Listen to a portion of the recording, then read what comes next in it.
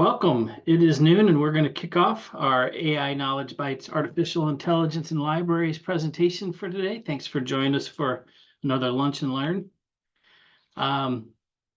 What's going to happen today? We're going to have about a 15 to 20 minute presentation and then 15 to 20 minutes for questions and comments. And we don't have to stop right at 40 minutes if people wanted to stick around any longer. This is going to be recorded and made available on the Minitex YouTube channel. And you can place your questions in the chat or raise your hand during the Q&A. I'm Greg Argo. I'm the Open Education and Affordable Content Librarian here at Minitex. Alyssa Becknell is my co-host. She'll be taking care of the questions and answers at the end. And she is the cataloging and metadata education librarian here at Minitex. And our presenter today, is Conrrado Saldivar. He is the Tech Services Manager at the Natrona County Library in Casper, Wyoming.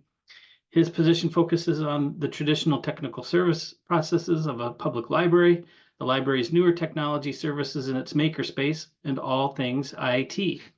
I am going to stop sharing my screen and let Conrrado take it from here. Thank you, Greg. On to the awkward part of transitioning screens. All right, hopefully everyone can see that. Greg, Alyssa, can you see that okay? No? Yes, okay, thank you. All right, cataloging with ChatGPT.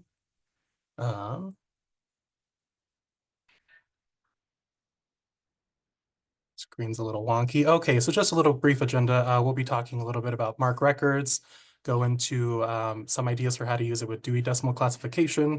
I'll talk a little bit about how I use it for translations, particularly in the 520 summary field, and some of the limitations that I've noticed in using ChatGPT as I've been kind of playing around with it. Wrong way. So Greg already mentioned who I am. My name is Conrrado Saldivar. I'm Tech Services Manager at the Natrona County Library. And before we get too far into this, I do want to start off with a disclaimer. So I am part of my library is part of the WILD Network. It's a statewide consortia of about 100 libraries in Wyoming. All of the public and community college libraries, some school libraries, and some special libraries are part of that WILD Network. We all share one catalog and have approved cataloging standards that we use. We're also able to pull in records from OCLC and don't need to create many original records. And then thankfully, we also, for some of the smaller libraries, original record requests can also be done by submitting a form and scans with pertinent information to the Bibliographic Services Librarian at the State Library. So we're very appreciative for that service being offered by the State Library. And also another disclaimer, and there'll be another one later on as well, but I'm in no way telling you to use AI, nor do I claim to be an expert. It's not going to take our jobs right now. We're all here learning just how to use another tool and have it ready in our tool belt. Oh, and another one that I just realized, this came up the last time I presented this. So we don't import any sort of information of our library records or patron records into ChatGPT. That is a firm no. So no data has been input from our systems into ChatGPT to kind of mess around with it and try to learn how to use ChatGPT. So MARC records. So when I was trying to learn how to use ChatGPT for cataloging and technical services, the first thing I thought was, does ChatGPT even know what a MARC record is? So I just had it tell me, what is a, can you create a MARC record? What goes into creating a MARC record? So the screenshot here, the prompt was, what MARC fields are required to create an original MARC record for a book? It went through and laid out all of that information that you see on the screen. Basically, this is pretty much everything that we have. That's almost everything that's required in our WILD Network cataloging standards. The things that aren't included here are the content, media, and carrier types, the 3, 3, 6, 7, and 8 fields in the MARC record. We do require that, or depending on what the item is, the 344s or the 347s. So those are not in here, but for the most part, all of this information is already required in our cataloging standards. So that was nice that at least, okay, ChatGPT does know, someone has told ChatGPT what goes into making a MARC record. The prompt that I gave to create this was create a MARC library record for When Breath Becomes Air by Paul Kalanithi. So this was something we already had in our catalog, but I just wanted to see what the extent was of how ChatGPT would look at creating a MARC record for something that I had, number one, already read, so I knew what I was going to be looking at, and number two was already in our catalog, so I could cross-reference the two items, this MARC record and then the one that we had in our catalog, with the additional information of me knowing what the book was actually about. So it basically said, certainly here's a representation of a MARC record for the book When Breath Becomes Air. This representation contains various fields with information such as the author, title, publisher, publication date, physical description, subject headings, and more. So I wanted to pull out there that ChatGPT's response was that it's a representation of a MARC record. Again, ChatGPT is just a machine. Really what we're looking is some basic information. We still have to digest that, make sure that it's correct. Obviously, make sure that the information you're putting into your system is an actual representation of what the item is. But comparing so on the left side, we have the record that we already had in our system. And on the right side was what the MARC interpretation, or what ChatGPT spit out as the MARC field. Comparing the two, so it does have a different summary. I did look to see the record we initially pulled in. We pulled it in March of 2016, which was shortly after, or that was the last update. That was the book was published January of 2016, I believe. So we haven't really touched the record since someone pulled it in. Nothing had been changed there. The summary was okay based off of my interpretation of how I read the book and perceived the book. On the right-hand side is what ChatGPT put out as a MARC record, or as a representation of a MARC record for this item. You'll know if you use ChatGPT for this, so it doesn't actually give you a MARC record that you'd be able to download and import into your system. It's basically just code. So you'd still have to manually type in the fields, the 020, whatever it may be, and then copy paste into the other fields as well. But what was interesting here is that the 650, the subject headings, were quite a bit different. So between knowing that ChatGPT's information is at least 3 years old, there's at least a potential for 5 years worth of someone feeding this MARC record into ChatGPT. So it was a little bit more accurate in the subject heading fields. We still had the lungs cancer patients, United States, neurosurgeons, biography, those 650s in the record that we had. But one of the ones that I really liked was in the ChatGPT was the terminally ill psychology, because the book itself really that is what you get to know exactly what Dr. Kalanithi is thinking as you're reading the book. And that was something that was missing in the original 2016 record that we had pulled in. So yes, I could have gone in and pulled in an updated MARC record for this book. I don't have time to go and pull records every couple of years to get the most updated book after they're in OCLC. So all I did was I just pulled that terminally ill subject heading and put it into our record. OCLC, if you've noticed recently, lots of linked data, lots of French subject headings. Those are actually not allowed in our cataloging standards. So we spend a lot more time cleaning up all of those extra subject heading fields and deleting all of those links out of the records. So the easier option was to find a better subject heading and then copy and paste it into the record we already had, instead of doing all of the cleanup work that comes afterwards when we pull a MARC record. So that's one example. Another example that I have here is for House of Flame and Shadow, the Sarah J. Maas book. So this was one that the prompt was create a MARC library record for House of Flame and Shadow by Sarah J. Maas. The response it gave was creating a MARC record involves specific codes and standards used, blah, blah, blah, basic information. Please note that certain fields may vary depending on the library's cataloging standards. Again, very basic information. And then it says the information provided here is a template and should be adjusted accordingly based on the library's cataloging requirements. One of the things to note here is that so on the right-hand side is the ChatGPT. The 520, include a brief summary or description of the book. So ChatGPT wasn't able to pull that information. The book was too new. So this was shortly after it had been announced, I believe. We didn't even have it in our library yet. We were just making an on-order record for it. Another thing in the 300 field in the description, 400 pages. If you've ever seen a Sarah J. Maas book, they're never 400 pages. They're giant tomes. So the record that we did end up pulling over from OCLC was 838 pages.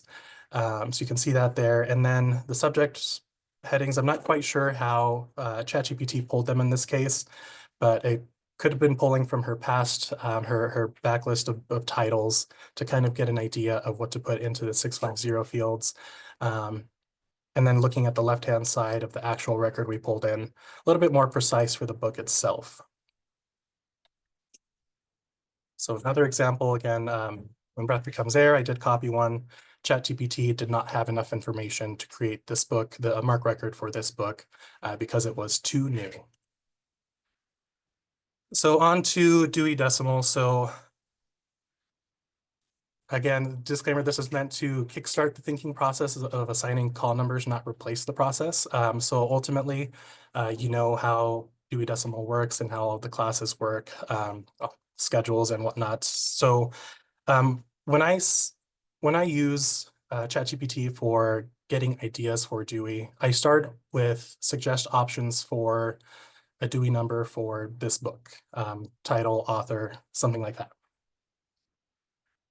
So suggest EDC numbers to use for The Spirit Catches You and You Fall Down, Among Child, Her Doctors, and The Collision of Two Cultures.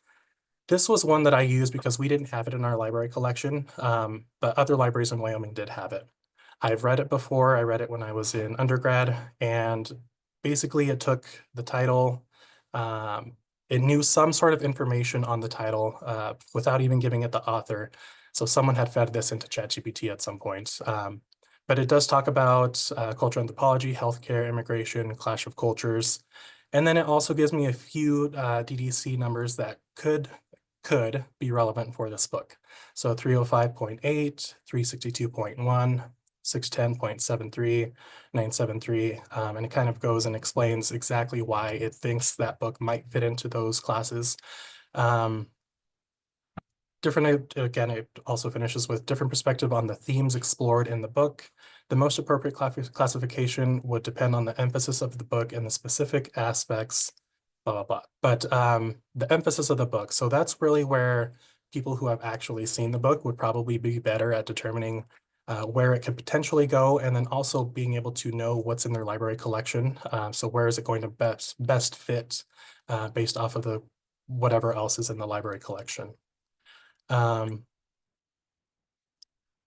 And then I told it I wasn't quite happy with what it spit out, or I wanted to see if it could get a little bit more specific. So I told it alter that response based off of the summary, which I just copy pasted from our 520 field that we had, that another library had in their record. And then so it went through and gave me a little bit more precise classifications. You can see there it starts going down into the different suffixes with the cultural groups. The 362, my library does not use that many Dewey numbers and our call numbers, so we would have stopped at some point in there.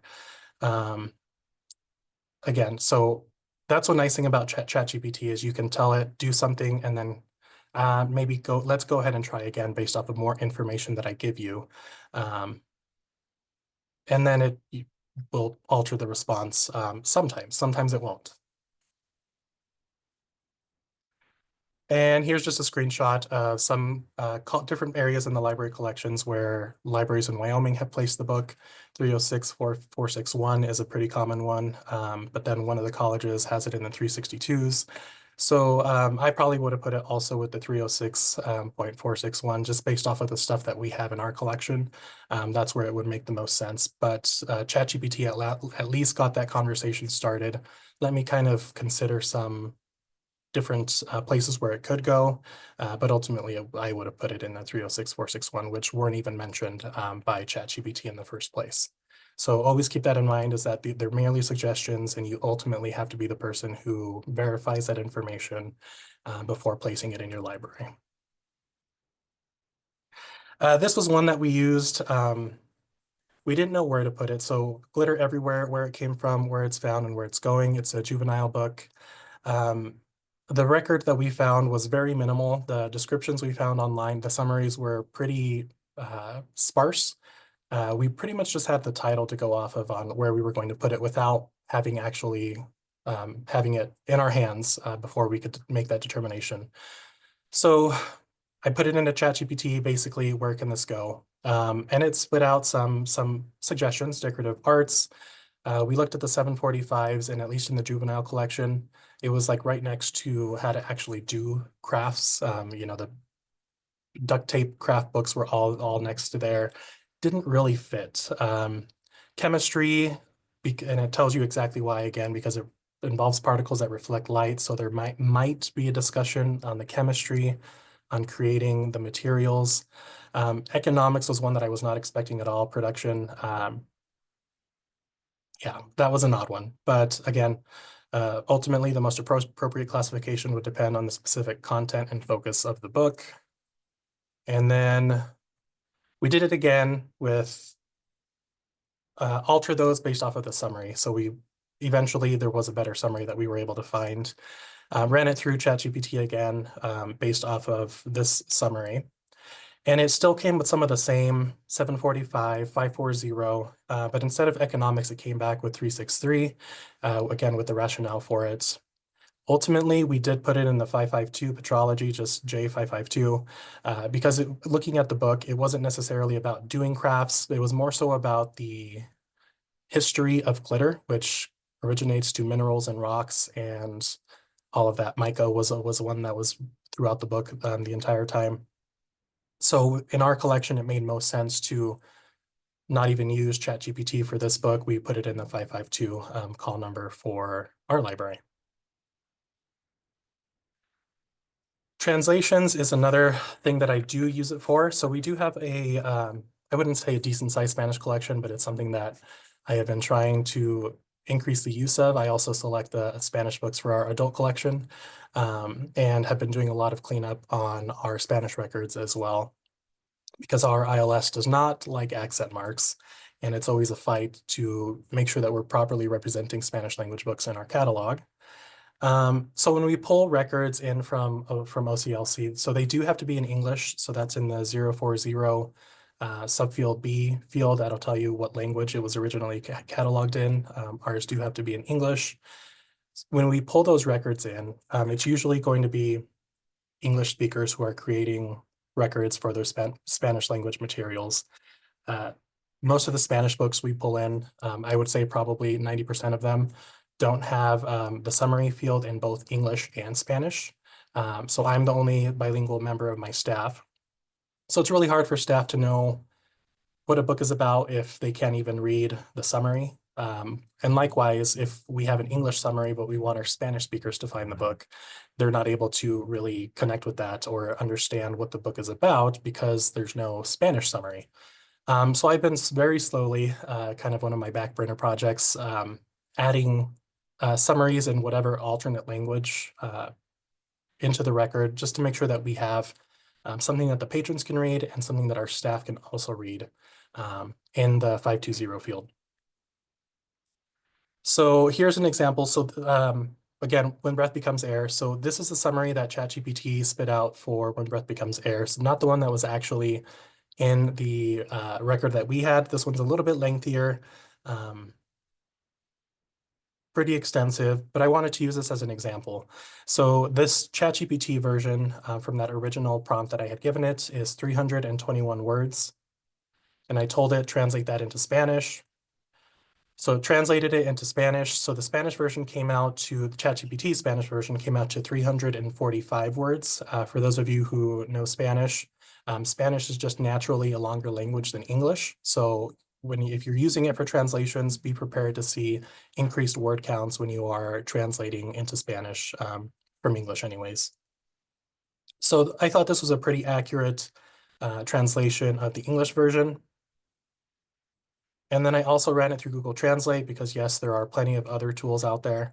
So Google Translate also translated it. This one came out to 339 words, a little bit shorter than the ChatGPT version. But looking at them side to side, I thought that the ChatGPT Spanish version was a better translation just overall, even though it was a little bit longer by 6 words. But I liked the ChatGPT Spanish translation of the summary for When Breath Becomes Air. We don't have this book in Spanish in our collection, but I thought it was a good way to show how one thing used in ChatGPT, you could use that same content that it spits out and then have it do something else with that content. So give me the MARC record for When Breath Becomes Air, or show me a MARC record example, and then I'm going to use something from that example and do something else with it. In this case, run a translation. Some of the limitations that I've encountered while using it, and I don't use this all the time. It's just a tool. It's there for whenever I feel or remember that it's available for me to use. So Crimson Dawn, the story of the Casper Mountain Witches. This is a local history book. We have a county park up on the mountain. The person who owned the land had basically created it into a summer solstice event, a whole story built around different witches up on the mountain. So I had ChatGPT, the prompt was create a MARC record from the book at this link, and I just linked to the Amazon page. That was it. So I didn't tell it anything else. All it did was it looked directly at that link that I put into it. And I should mention ChatGPT can't search pages, but it can at least extrapolate data that you tell it to go to. So on the left-hand side, we have the ChatGPT version, some Library of Congress classification number in the 050, Forster Neal for the author. That is not her authorized name. So if you look at the right-hand side, the actual authorized name for the author is Elizabeth Forsling. She just wrote the book and it's published as Neil Forster, but ChatGPT doesn't understand that it has to cross-reference and double-check authors and make sure that they're actual authorized in the name authority files. So that was something that it couldn't do. Likewise, it skipped a lot of our required, the 3, 6, 7, and 8 fields. It didn't even attempt to really assign, it didn't attempt at all actually, to assign some subject headings. So it just had some relevant subject heading. So you're still going to have to be doing a lot of footwork if you were to use it for all of your cataloging. The record on the right, someone made it at some point. It hasn't been touched since 2007 when we changed our ILS. It was probably, yeah, it's the same one that's been in there. Because a lot of the books are now in our reference collections and they just kind of are there. So that was one thing, that another limiter. It can only do as much as the information you give it. And what I gave it was an Amazon link. And what was in the Amazon link was a pretty poor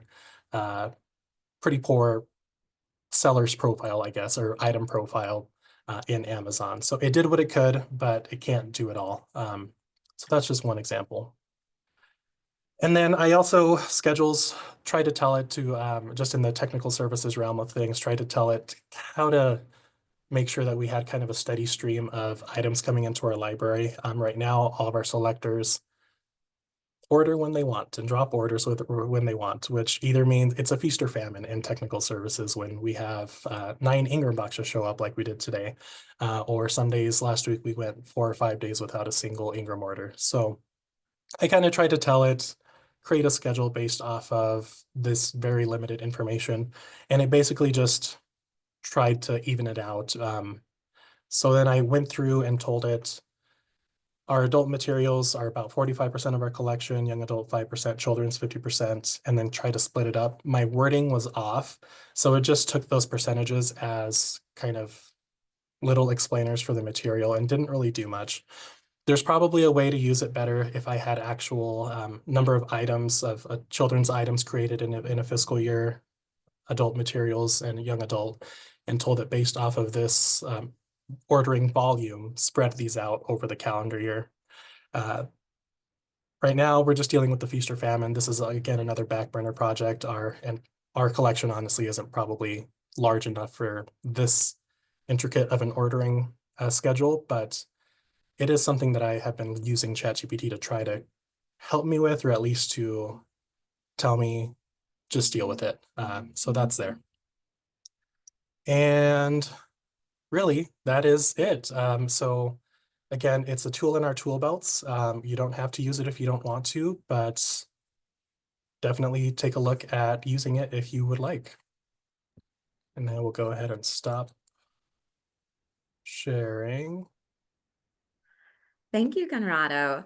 I'm going to be leading the Q&A, and we already had a few questions in the chat. So if you don't mind, I'm going to kind of feed them to you. So our first question is from Dawn Reinhardt, and she asks, did you ever notice issues with ChatGPT suggesting subject headings that were either wrong for the material or that sounded right, but weren't actually in the Library of Congress subject heading thesaurus? So I will say, so when we put subject headings in, our ILS it automatically runs to see if they're authorized. So if it were incorrect, it would say unauthorized right away, which means per our cataloging standards cannot be used at all. And you wouldn't want to use it anyways. So that's definitely a benefit. That House of Flame and the Sarah J. Maas book, I don't read her, so I always forget the titles. But there were some that weren't quite correct when the book actually did come in. Like I mentioned for that, it kind of just assumes a lot of things, and you do ultimately have to go through and verify that the subject headings are going to be what is actually representative of the book itself. So definitely always double check. Again, ChatGPT is a way to get ideas, but you shouldn't take it at its word. All right, thank you so much. I have another question from Zachary Fannin. Nowadays, productivity is top of priority in library tech. Will this Q&A process with language learning models really accelerate cataloging? It seems only to add a layer of proofreading for the human employee.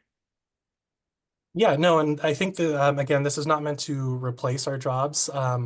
What I'm kind of using it for right now is we had someone retire recently who had been here and for a very long time, and while we had some opportunity to cross train, our workload has stayed so steady that finding time to properly train his replacement on Dewey without her taking a full cataloging class or getting her master's degree. This is a way to get her there, at least start that initial step, reduce some of the barriers to learning Dewey. But it's not, my full intention is to break out the volumes we have on the shelves and go through the entire process of here's how Dewey works, here's how we use it, and here's how it applies to our library collection. So I definitely do see that perspective, especially because staff time is also taxpayer funds being used. I guess it would vary from library to library. Again, I don't use this all the time. It's usually, I can't figure this out. Let's see if ChatGPT can at least spark an idea, and then I'll take it from there. Excellent. Thank you so much. So from Tina Gross, we have earlier in the presentation, you showed ChatGPT's response to being asked, what are the requirements for a MARC record? And suggested that its response indicated that it knows because of its response. But is there any relationship between it responding in that way and what it produces when asked to generate a MARC record? Unless I'm very confused, that isn't how language learning models work. Wouldn't it just be probabilistically mimicking other MARC records it has ingested? And I can repeat things, so.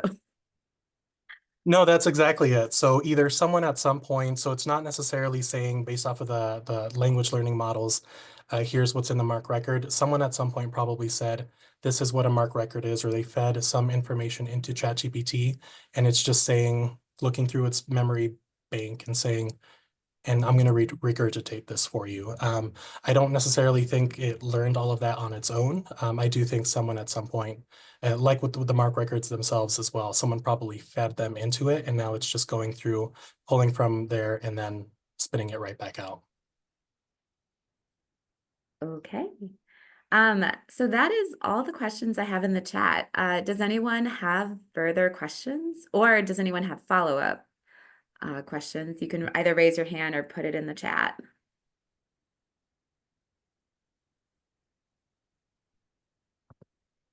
I'm not seeing. Oh, Matt, do you want to ask your own question, Matt Niehoff? Yeah, so I think I saw you give a similar presentation a while ago.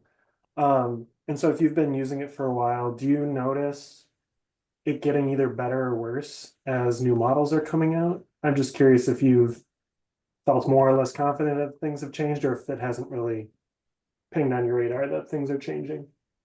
At least using it for, so I did use this pretty much this presentation for a Wyoming specific one. The state library did a couple months ago. From the Dewey perspective, from the MARC record perspective, it's pretty much stayed the same. So I don't know if 4 or 5 months is enough time for it to do better with this specific topic. I know my marketing colleague who presented a couple months ago noticed drastic changes.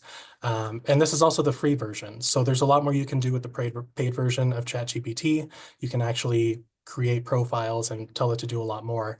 But really, for what I use it for, it is not, it's pretty much been the same since I started using it versus what I'm using it when I use it now. Cool. Thank you so much. I have another comment in the chat if you want to respond to it. This is from Susan Lindahl. I've been using it for archival materials, which have no copyright. Is it helpful narrowing, dates? It is helpful narrowing dates. I care about decades. I do double check, but much quicker for me than searching in browsers. Did you want to talk more about that, Susan, or?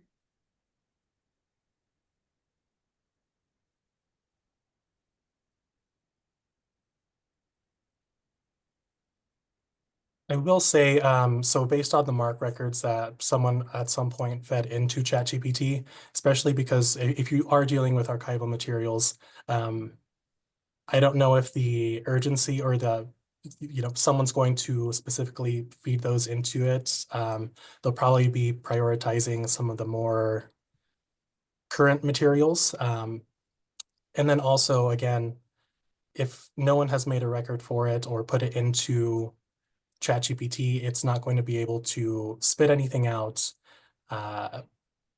unless you do something like pick this from, create a record from this Amazon link. And again, because you're dealing with third-party sellers, it's going to be only as good as what the information is in the first place. Quality in, quality out. Mhm. All right, we have another question from Katie Hagen.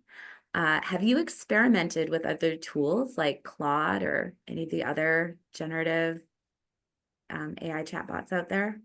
I have not. So I think one of the reasons I primarily use ChatGPT is because that's what our marketer uses for all of her marketing materials. She gave me access to see her workstation essentially, so I can see what different profiles she's created. So no, I haven't, but eventually this is just kind of what I know how to use right now. Cool, no problem. We have another question from Tina Gross again. Are you concerned about library administrators who believe that cataloging can be performed entirely by ChatGPT and would take, well, maybe we should start with that, and then it's a two-parter. So. I think that there is a concern. I think as libraries see budgets shrink, they try to look for any free thing that could potentially replace people as they're having to make hard decisions on layoffs and keeping workflows in place without impacting patrons as much as they can.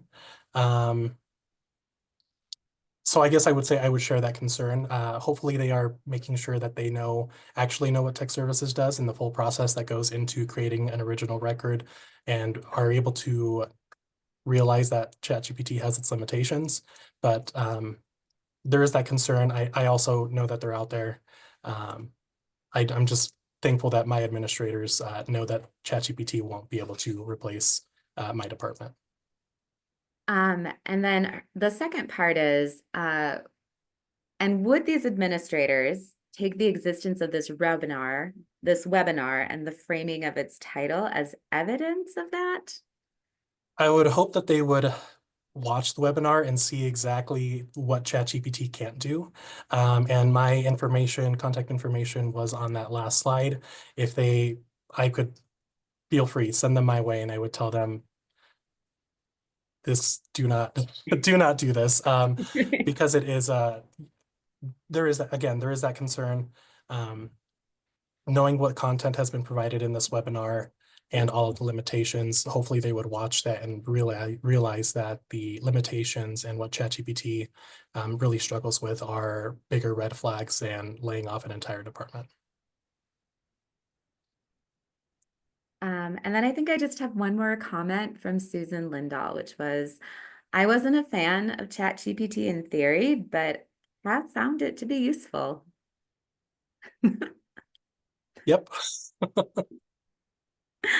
All right, is there anyone else who has any questions or comments, concerns? Okay, well then, Conrrado, I just want to thank you so much for coming on our webinar series and demonstrating how you're using ChatGPT. People can share their thanks in the chat, or can go ahead and clap a little bit. I think Greg's gonna just kind of finish out the presentation. The last in our Lunch and Learn series is called AI Literacy with undergraduate students with Kate Peterson from the University of Minnesota Libraries. You can get more information at the Z link right there on the screen. That's on December 10th.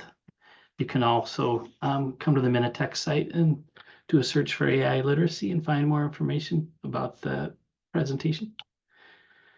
And we would like you to take a survey so we have some feedback about the presentation. Again, there's a Z link there, and if you're a QR code scanner, there's a QR code for you.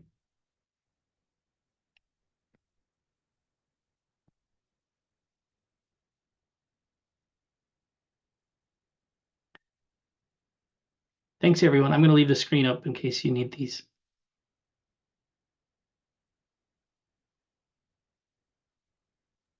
Yes, thank you, folks. I've put the links to the survey and the registration in the chat, and you're free to go for the day. Thank you.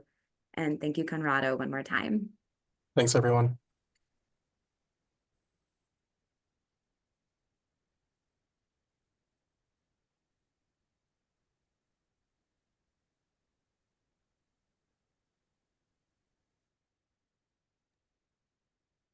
All right, I'm going to end this meeting now. Thank you all.